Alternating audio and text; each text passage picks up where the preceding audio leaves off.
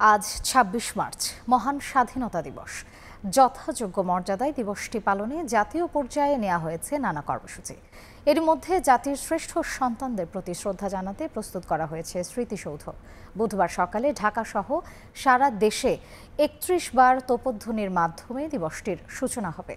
সূর্যোদয়ের সঙ্গেই রাষ্ট্রপতি মোহাম্মদ শাহাবুদ্দিন ও প্রধান উপদেষ্টা অধ্যাপক মোহাম্মদ ইউনুস স্মৃতিসৌধে পুষ্পস্তবক অর্পণ করবেন। এরপর মুক্তিযুদ্ধ বিষয়ক উপদেষ্টার নেতৃত্বে বীরশ্রেষ্ঠ পরিবার, যুদ্ধাহত মুক্তিযোদ্ধা ও বীর মুক্তিযোদ্ধারা পুষ্পস্তবক অর্পণ করবেন।